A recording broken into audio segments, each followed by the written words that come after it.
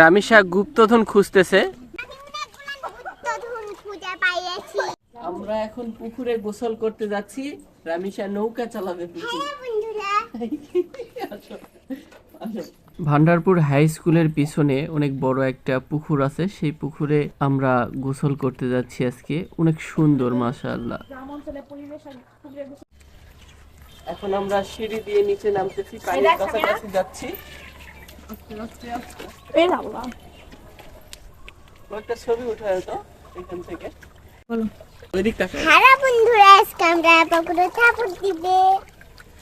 বন্ধুরা, তোমার বন্ধু সবাই এদিকে দেখো, পুকুর দেখো।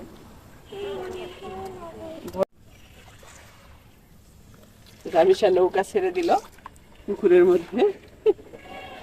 সেই মজা না? অনেকদিন পর আজকে পুকুরে আসছি গোসল করার জন্য। এই রুল নিয়ে আসছো কেন? ভুল করে রুল নিয়ে আসছে লিখতে লিখতে। এখানে আমি ছবি ওঠানোর প্রস্তুতি নিচ্ছিলাম।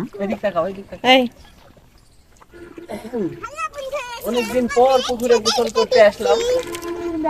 রামিসা অনেক আনন্দ করতেছে। বাবারে, তোমার কেমন লাগতেছে গোসল করতে?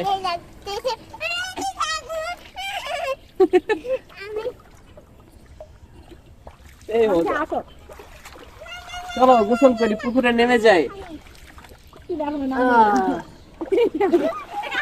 শেষ করো, আগে নামি।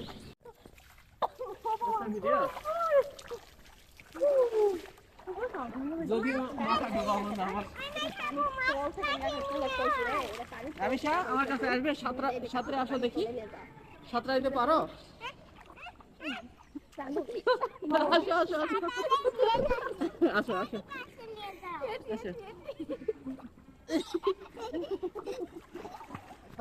সাঁতরাও দেখি। না, সাঁতরাও সাঁতরাও সাঁতরাও পাও, ইয়া করো। সাঁতার শিখা লাগবে না?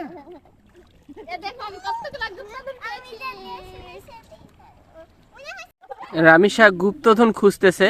রামিসা কি করো? রামিসা অনেকগুলা গুপ্তধন খুঁজে পেয়েছে, এই যে দেখুন। রামিসা গুপ্তধন খুঁজতেছে।